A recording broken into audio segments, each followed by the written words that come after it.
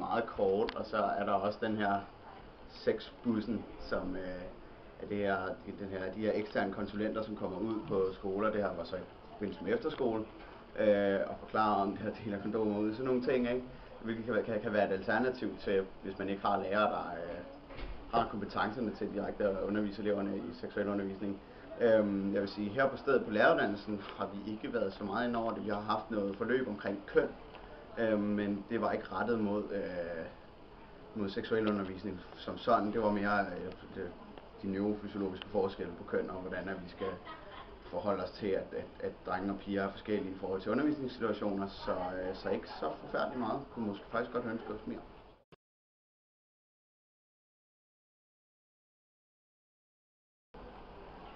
Super god idé. Det er vigtigt. Ja, sådan så at der ikke er, ellers så kan man godt få en skævvredet tilgang til det, hvis man erfarer det på en negativ måde i et lukket fora, for eksempel, hvor det er meget tabuiseret, for eksempel. Så kan det være sådan noget, der er farligt, og man skal passe på med det. Altså, jeg synes, man skal være åben omkring det, sådan så at eleverne fremadrettet kan få en tryg tilgang til det. Altså, det skal være noget, der er behageligt for dem, når de kommer dertil, ikke? Altså, det skal ikke være noget, de sådan føler sig presset til. Eller også hele det der, de har taget op nu, at alt skal være kønsneutralt.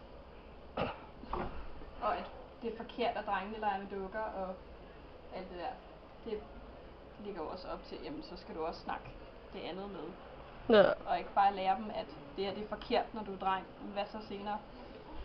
Ja. For eksempel så husker jeg ikke, at seksualundervisning, jeg nogensinde har haft, har tilgodeset homoseksualitet for eksempel. Altså det virkede som noget, der decideret var tabuiseret, det var ikke noget, vi snakkede om.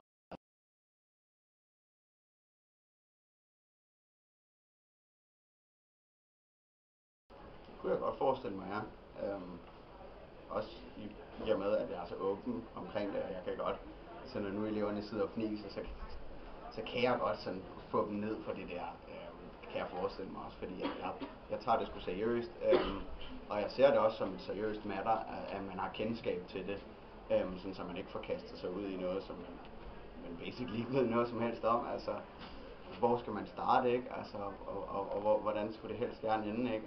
Det skulle helst gerne ende med, at man er glad, og man synes, det er rigtigt, det man gør, og at der ikke er noget forkert i det. Det er helt normalt.